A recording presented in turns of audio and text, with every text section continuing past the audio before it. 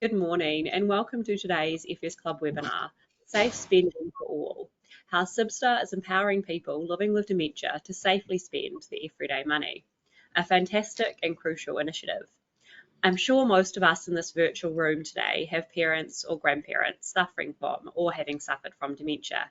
And sadly, we all probably have stories of our loved ones falling prey to scammers and fraudsters. In my case, all of my grandparents, now deceased, were diagnosed with some form of dementia, and one in particular lost thousands due to fraud.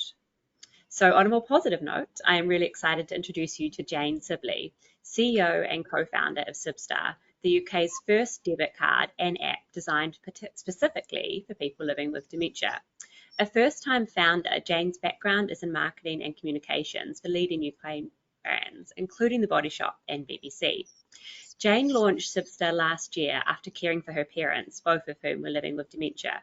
During this period, she noticed a gap in the market for a financial product that would help people living with dementia safely retain their financial independence for longer. Sibstar has recently appeared on Dragon's Den, receiving significant investment that will supercharge its growth this year and beyond. Working closely alongside partners Mastercard and the Alzheimer Society, Jayne is currently focused on scaling Sibstar to ensure it's accessible to those who need it most. Briefly before I hand over to Jayne, if we haven't met yet, I'm Charlotte Dorbrashley and I manage the FS Club here at CN. And I'd like to warmly acknowledge our very generous sponsors who enable us to continue to bring you a wide range of thought-provoking content across finance, technology and economics. The session will be recorded and available to watch on our website within 48 hours, so you may share it with friends and relatives. I'm sure many of you will find it useful. We'll also be holding a Q&A session after Jayne's presentation, so please use the GoToWebinar chat facility to send your questions in to me, and then I'll feed them into the conversation. Now, it's my pleasure to hand over to you, Jayne. Thank you. And thank you, everyone, for having me here today and giving me the opportunity to share more about my journey and the creation of Sibstar. So, as Charlotte said, yes, I am the co-founder and CEO of Sibstar, which I founded with my husband, Marty Orton. So, yeah, let's get started. Can I have the next slide, please? So the creation of Sibstar started from my journey with my parents, both of whom had dementia. And it was through caring for them that we came up with the idea for Sibstar. As my mum's condition progressed, she really struggled to manage her everyday money. And as many of you will feel familiar with what I'm about to say, she was taking money out of the cash point 2 or 3 times a day and giving it away. She was massively overspending on things she didn't really need or couldn't afford. And she fell victim to scams over the phone a lot. So the money that she and Dad had worked hard for all their lives was starting to disappear in ways that it shouldn't have because she had dementia. My brother and I tried lots of things to try and protect her. We tried lots of workarounds and nothing really worked. And unfortunately, eventually we had to make the really tough decision to take away access to her own money. By this point, my dad was already living in a nursing home, so we were very aware of the higher levels of cost that includes, and we needed to protect Mum. But of course, taking away access to your money means your world becomes your 4 walls. And that's not great for anyone, but for somebody living with dementia who's essential, it's essential that they retain their familiar routines, they retain their social connections. It meant Mum's condition progressed because there was no longer that walk to the shop to buy the milk and chat to the neighbours on the way, or get the bus to buy her food for that evening or the presents for the grandkids.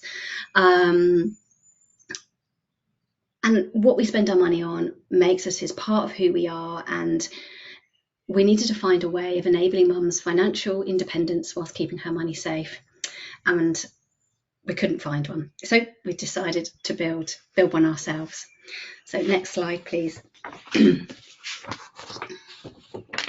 So what essentially we'd done was, this experience had given me sort of unique insight into the challenges not only my family faced, but many others like us. And we'd uncovered this gap in the market, this unmet need in the market, to enable, as I say, people living with dementia to remain financially included in the world whilst financially safe.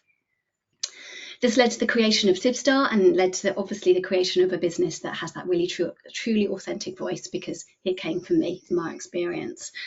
Next slide, please. So we created Sibstar, which is the first debit card and app for people living with dementia. The person living with dementia has the Sibstar card that is preloaded with your chosen amount of money. And then there's an app that sits on your caregiver's phone, whether that's your son, daughter, your trusted friend, sits on their phone, and it's within that app that you can manage how and where the money is used. So next slide, please. So some of the functionality, obviously you have a simple transactions list. You have the ability to set spending limits. You can set monthly, daily spending limits, and how much can be taken out the cash point at any one point, at any one time. And then some of the functionality can be turned off altogether. So cash point withdrawals, online or phone spending, that can all be switched off instantly and remotely at any time. Real-time notifications are sent to your caregiver's phone. So every time the card is used, you're notified about how much was spent, when and where. And that's a really lovely way of keeping an eye on your loved one without being overly interfering. Next slide, please. You can reveal the PIN within the app, as that may well get forgotten, instantly freeze and unfreeze the card, and the card automatically tops up once a day, so that avoids those card decline moments at the cash point, which can be quite stressful. So as I say, all of this functionality is fully adaptable and can be personalised to meet your individual needs as they change over time, which they naturally will because of the nature of the condition. At the beginning, you might have all of that functionality turned on, but as the condition progresses, you might switch off cash point withdrawals, for example. So you're no longer vulnerable with cash, but you still can go to the shops and buy your gifts and your coffee with your friend or whatever you want to do. So next slide, please. So this is a real strength of ours, our adaptability.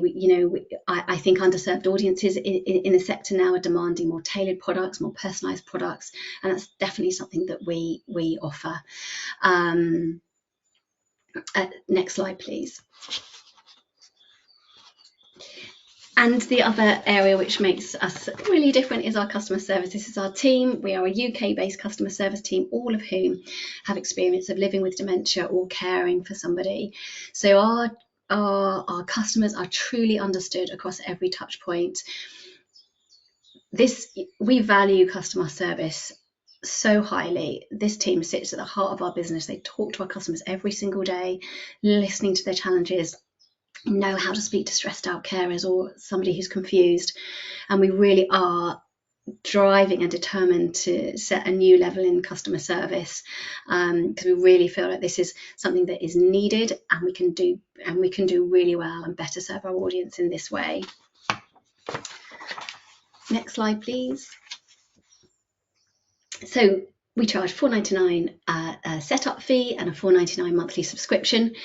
We researched, in fact, we are partnered with the Alzheimer Society, and in the very start of this journey, we did a lot of research into not only our product and what types of functionality that it should include. Obviously, we had me and my mum as a sample of two, but we needed to evidence that further. And we looked at the functionality, we looked at the brand, we looked at the tone of voice, we looked at the design, we also looked at price, and £4.99 was deemed really good value for money. It offered something that they couldn't get elsewhere. People likened it to, well, this is just a cost, really. It's like paying my TV license or my gas bill. And it's a lot less than my mum is about to lose to a scammer over the phone in one go. So next slide, please. Every 3 minutes, someone is diagnosed with dementia. Unfortunately, this is a condition that is affecting more and more people. There are 1 million people diagnosed with dementia in the UK at the moment. The actual figure is expected to be much higher because diagnosis rates can be quite low, and that will rise by 146% by 2050, and globally, for 55 million people are living with dementia currently, and that's 152 by 2015. This isn't a niche we're talking about. I'm often challenged on that point, and this clearly says, we're not dealing with a niche here, and there are lots of families out there that we can help. Next slide, please. And then, of course, beyond those people living with dementia, the FCA estimated that 53% of adults are living with one or more characteristics of vulnerability, financial vulnerability, sorry. And we already help people with Down syndrome, autism, Parkinson's, gambling addictions. So Sibstar has the opportunity to have a huge amount of positive impact on millions of lives in lots of different ways. Next slide, please. As I say, we are partnered with the Alzheimer Society and Mastercard. I should probably say I do not come from payments or banking. I have never worked in this sector. The idea was absolutely born out of my lived experience. And the first time we wrote the idea down on a piece of paper was to apply for the Alzheimer Society Accelerator Programme. And we sent that application off, and 3 months later we were sort of pitching Dragon's Den style to the team there, and they backed us. And I can remember saying to my husband, oh my goodness, what the hell are we going to do? We've got to go and do it now. And I Googled, how do you set up a debit card? And this is where we started. So we are super fortunate to be partnered with the charity that opened the door to Mastercard. And when you have Alzheimer's Society and Mastercard as names associated with, people start taking your calls. And really, this sense of collaboration and partnership has absolutely been what's built our business. We couldn't do it alone. We haven't been able to do it alone. And we're really thankful that these guys have come along and helped us, believed in what we're doing, and sort of championed us every step of the way. So next slide, please. So there's so much opportunity for us, so many areas where we could expand and grow. The banks, obviously, we really do deliver some customer service value, and with the Consumer Duty coming in last year, it was a sort of perfect moment for us to sort of come along and start talking to some of the banks and say, how can we work with you? And that goes back to my point about collaboration and partnership. That is genuinely how we want to operate. We're talking to the National Autistic Society, a monumental health charity. We've done some research with them. Our model of working with the charity and Mastercard and hopefully maybe another bank, that model of delivering Sibstar to the audiences that need, I would really like to see that roll out further this year. The space is wide open for a retailer to come along and be the most dementia-friendly retailer in the UK. People living with dementia, they are out in their community, they are living, or should be more and more living and shopping and taking part. And actually there's tons of research around how you can make the retail environment much more friendly and helpful for people living with dementia, and unfortunately with a growing user base. And this is a really interesting area where a retailer could step in. Local authorities, 22 billion spent on adult social care. We're doing a couple of pilots, talking to a couple of local authorities about how we can help their social services support the vulnerable adults that they look after in their communities. And of course, social prescribing. I'd love to get it on the social prescribing agenda. Don't quite know how to navigate the NHS yet, but it seems obvious to the earlier you have Sibstar, the earlier this intervention can be put in place, the sooner and longer you can live well with dementia. Next slide, please. So our achievements, there's been many. Obviously, this going in the den was absolutely terrifying. We filmed it last June. It actually went out 29th of February this year. We hadn't seen it before it broadcast, so I'm not sure it was more nerve-wracking actually going in the den initially and then watching it with 100 of our friends and family and supporters and investors. We had a big party, and Sarah and Deborah backed us. It's just incredible to have two amazing women so engaged with our business and really championing what we're doing. We're actually in the den for about an hour and a half, and they cut it down to about 15 minutes. And Sarah, they actually cut it from the edit, but Sarah talked quite a lot about her own experience of her grandparents living with dementia, and how important what we're doing is to her. And yeah, it's great to have them on side. Next slide, please. Yeah, we've started to win a couple of awards, which is great to have some recognition of what we're doing. We're actually up for another award tomorrow night. We're up for Innovation of the Year at the British Bank Awards. We're helping 400 families at the moment. This year is all about accelerating our growth, and we really want to do that through partnerships, as I mentioned earlier. Next slide, please. I'm often asked, why isn't anyone else doing this? Why hasn't anyone done it? I don't really know the answer. From what I've learned over the 3 years of creating this business, is that it's difficult. It's been so much harder than I ever imagined. There are other services out there. Primarily sort of youth cards or carer cards or a secondary card holder on your existing account. But this is where we're different. Those offerings allow a third party to spend your money on your behalf. Sibstar is all about empowering vulnerable adults to spend their money for themselves, by themselves, within some safe boundaries. So next slide, please. So as I say, it didn't come from payments, and we spent a long time building our network, and luckily now we are surrounded by people who know a lot more about payments than we do.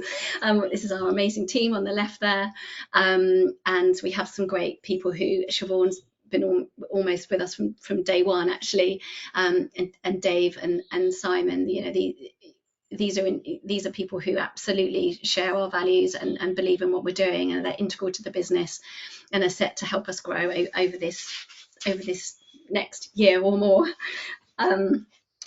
Next slide, please. So what makes us different?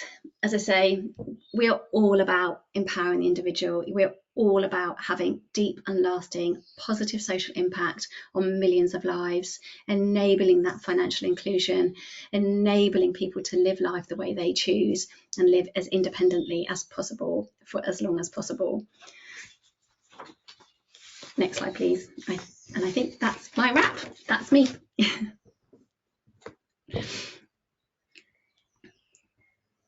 Thank you very much, Jayne. That was really interesting, and I wish you the best of luck for the awards tomorrow night. Thank you. We'll move on to questions. I just note someone said the link to the slide deck isn't in the chat. We'll just put the link to the slides in the chat for you now.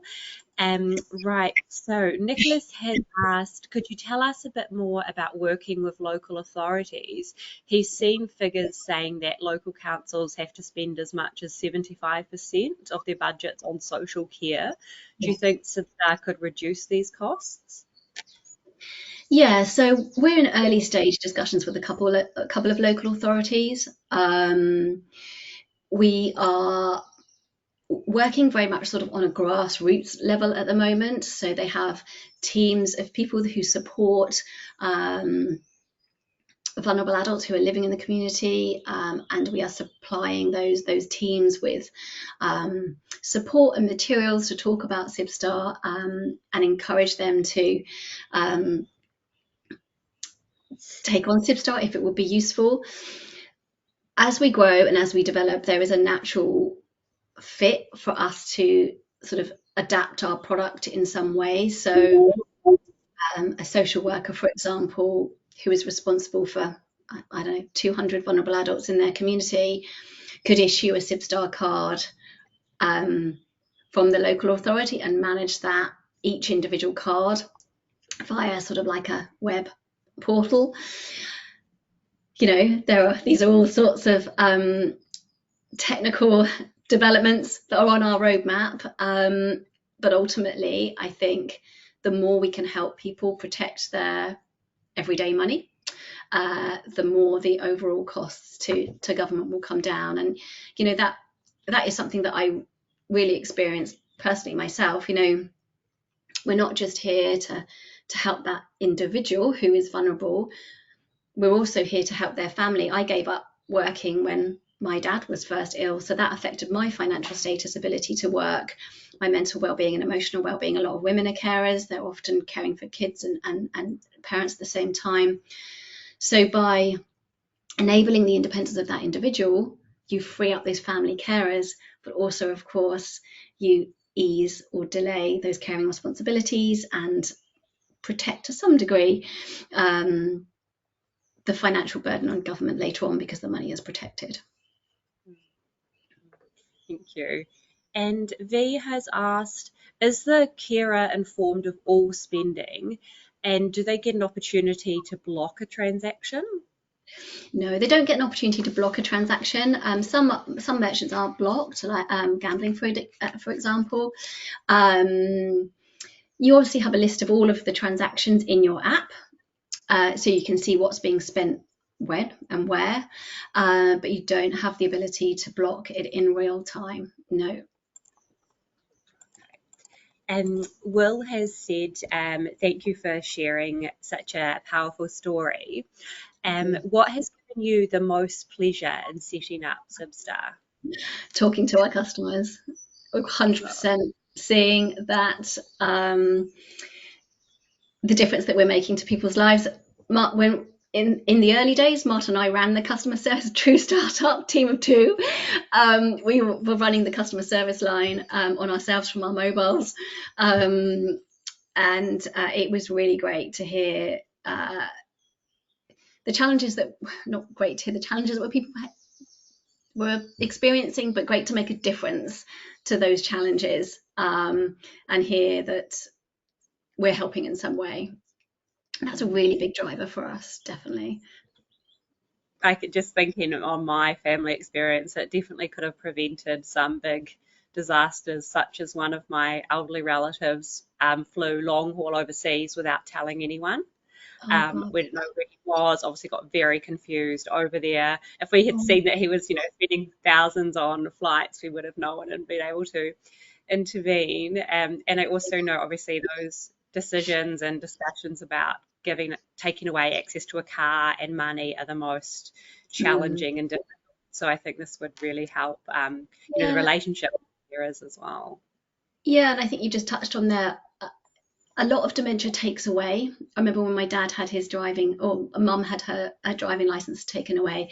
A lot of dementia sort of strips away. And I remember mum saying, I feel like everything's closing down, everything's being taken away. And we're not going to change the world single-handedly, but this is a bit about giving back. This is about saying, still go to your yoga class, still go and have coffee with your sister, or buy that round of drinks in the pub. Like my dad always did that on a Thursday night, buy a round of drinks in the pub. But it got embarrassing when he didn't understand what a £20 note looked like anymore. But still go and buy that round of drinks because he got a card, and it's a really safe way of being able to do that. So this is about giving back and about enablement and empowerment. Not forever, obviously, but for just as long as possible. It's about prolonging that independence, isn't it? Yeah. Vic has asked, do retailers have to sign up to the service? No, we are looking to strike up conversations with retailers and to work together to see how we can collaborate and make those environments dementia friendly. I think this is an important role for retailers to have. The Alzheimer Society did some research, it was a little while ago, but came up, sort of looked at the role of retail and people living with dementia and the sorts of things they really struggle with, and potential ideas and solutions of how to make those environments more dementia friendly. So, for example, people with dementia can be quite overwhelmed by noise or music playing, or when they move in the shop, or quite a lot of people. So, having a 2-hour window every Monday morning where there isn't any music playing, or where there's additional signposting around the supermarket to say bread this way or whatever. I'm making light of it, but there are all sorts of things to make those environments much more easy for those people to be around. Hopefully we start to see more of that. I've actually got a few questions about the carer. So firstly, is it just one carer who has the access, or can it be more? And is there like a legal process you need to go through to be assigned a carer to an individual? Yeah. So at the moment, it is one card holder and one caregiver. It is on our roadmap to allow, two caregivers. We often have families say, well, can my brother and sister both have access to the app and mum have the card? And at the moment, that's not possible. Often the person living with dementia and their caregiver wants a card so they can sort of do it together, but that's all something that we would like to do. In terms of how you get a Sibstar card, this is really important. Essentially, anyone can have a Sibstar card. And this is really important. In the research that we did with the Alzheimer Society and that co-creation piece that I talked about, we met people living with dementia who said, this can help me help myself. I understand my everyday money. This will help me manage it by myself. I don't want my daughter involved just yet. So in that scenario, the person living with dementia will have the Sibstar card and app on their phone, and it will just enable people to sort of self-serve. Then there was another group of people that said, I understand my everyday money, but I need a bit of support. It would reassure me. So the person living with dementia has the debit card and the app, and their caregiver has the app, and you dual manage it. And then there was another scenario where actually about 75% of our customers sit where you no longer understand your everyday money and you just have the Sibstar card and your caregiver has the app only, and they manage everything for you. And in that case, you have a lasting power of attorney, and we run additional checks. So we do all of the usual KYC checks on everyone, but in that scenario, we check the lasting power of attorney as well. Great. I guess there's also scope for individuals, like adults with intellectual disabilities who haven't been able to manage their money independently. That could be useful also, I think. Yeah, so there is a whole group of people who are coming out of products like Go Henry, who are available up to the age of 18, but who would need additional help but have sort of nowhere to go after 18. And we are already helping those with autism, Down syndrome, those adult children who continue to have support from their parents, can live independently, but need something like Sibstar to sort of help them do that. So yeah, there are definitely other audience groups that we can help here in the UK, and obviously dementia and these conditions aren't a UK issue. It's something that could help anyone wherever they live in the world. Yeah, I was going to say, so at the moment you have to be a UK resident to be a customer. Yeah, but eventually would you look to expand internationally into like the US, EU and... Yeah, definitely. So obviously a natural next step would be go to another English speaking market. Our partnership with Mastercard obviously will help with that sort of reach and scale. It's all for the taking, all for the scoping. We want to do it all, but slow and steady wins the race. That is how we built this business, and we've always been in it for the long term and need to make these decisions when it is right for the business. Yeah, great. And I mean, this is actually a great idea if you haven't already. Christina's asked, are there any training sessions on the app, for example, on scams? Yeah, we've done quite a lot of films of how to use Sibstar and how to sign up and things like that. One of the things we really want to do is work hard. We know how important community is to this audience group. Connecting with like-minded people, connecting with people who are experiencing the same thing as you, sharing knowledge, sharing experience, sharing on how you're navigating around the challenges that you face. And one of the things we really want to do is to build a community around Sibstar, and that could be an example of that. So sharing knowledge around scams or any, we know that is one of the biggest challenges families face. So all that type of community content could fall within a great community environment for all of our customers.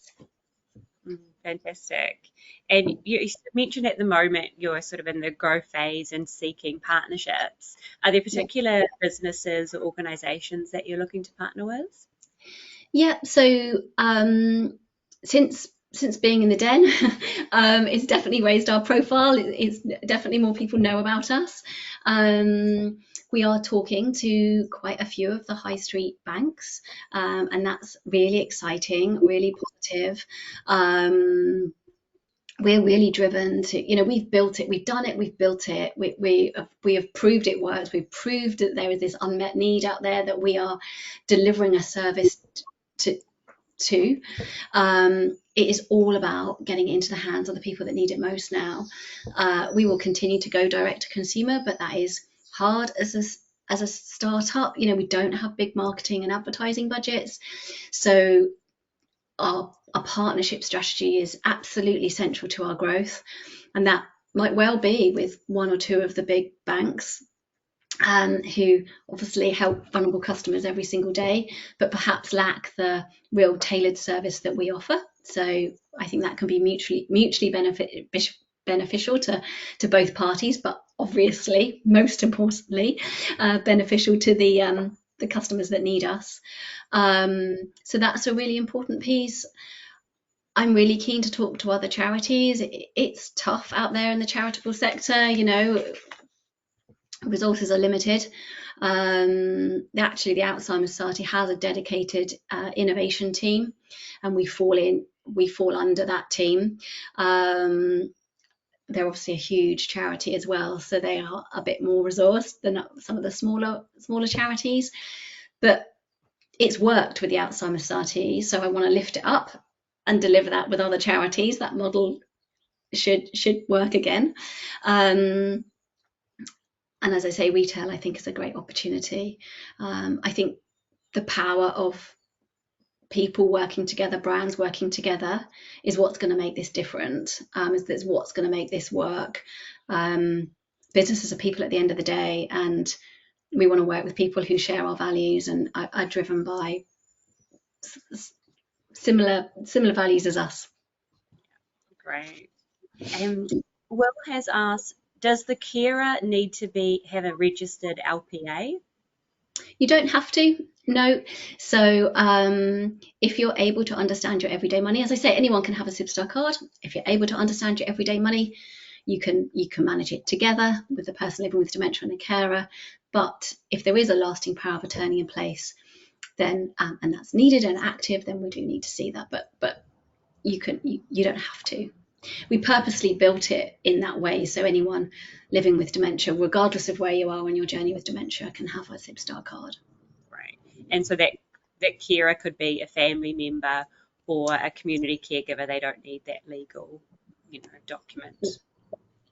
So we are a service for family caregivers. So we are not another carer card. We are not. They absolutely have their place, but we are not about giving a third party permission to spend your money on your behalf. We are about enabling the individual. So I know there's lots of offerings out there, like a secondary card on your high street bank account, or a carer card where you give that card to a carer and they go out and do your shopping for you. This is about you going about your everyday life. So we sit in a different space in the market, a different point of need. No, that's great. Also, I was wondering, do you have, obviously with your experience with your parents, do you have general advice for people, I guess those family carers looking after relatives or people themselves living with dementia, and how to manage their money better and be protected from scams? Yeah, I think be watchful. They're often people living with dementia. The first signs of not always, but it can be the case where mismanagement of money or misunderstanding of money or that struggle around money can often be the first signs of dementia. So if you're starting to spot your loved one slightly overspending or buying a couple of things that are different, or there's a bit of cash going missing or something, these can sometimes be the first sign. And in fact, there was a piece of research done by Johns Hopkins University a little while ago now, but it found that you could actually spot signs of dementia in people's financial transactions 6 years before their formal diagnosis of dementia. So there's a real correlation between people's money management and dementia. It can, not always, but can sometimes be the case.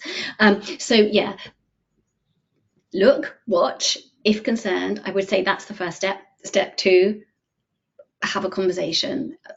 Often, and family, we hear this all the time, it's really difficult to talk about money as a family, but I think the earlier you have that conversation, the better, because the more likely that person living with dementia will understand and be engaged, and you'll be able to put a plan in place together. And then I think it's really hard to know when to step in and intervene as a carer. You want to enable as much independence as possible, because the more you take away, the more that person may potentially decline. I think it's as individual as the individual comes as to knowing when to step in and when not to. I've done it, I've lived it, I know how hard it is. I wish I had an answer. I'm not here to sugarcoat things. I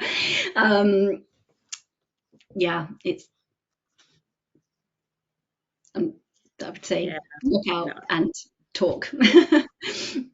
Hard conversation to have, but really important. Yeah, exactly. Right, I think we're coming to an end now. So just like to say again, thank you very much, Jayne, for sharing your work with us. It's truly an exciting and meaningful initiative which will benefit many, and I do look forward to following its progress. Thank you. Also for listeners here virtually today, we are hosting an economic crime summit with City Forum next week in the City of London. A key focus of this will be preventing fraud, and the Lord Mayor and ZN's Director, Professor Michael Manelli, will be making a speech. If you would like to register for that, we'll put the registration link in the chat, and we have a special offer of 25% off tickets with code Z-YEN25. That will also be posted in the chat. And if you have any questions, you can email me at charlotte_dorba-ashley@zyen.com. And also, if you do want to get in touch with Jayne directly and have more questions for her or the team at Sibstar, I think her email address was on the slides there, and we can quickly pop it in the chat. Or again, if you come to me, I can pass you directly over to Jayne. And I guess lastly but not least, thanks to all of our sponsors for making these webinars possible, and equally important, thanks to everyone for logging in and contributing to the discussions. And also do check out our website for further events, which are all sort of very diverse topics coming up, including for our Knowledge Miles webinars. And do follow us on LinkedIn at ZN Group Limited for more updates and things. And wishing everyone a great short week. Thank you.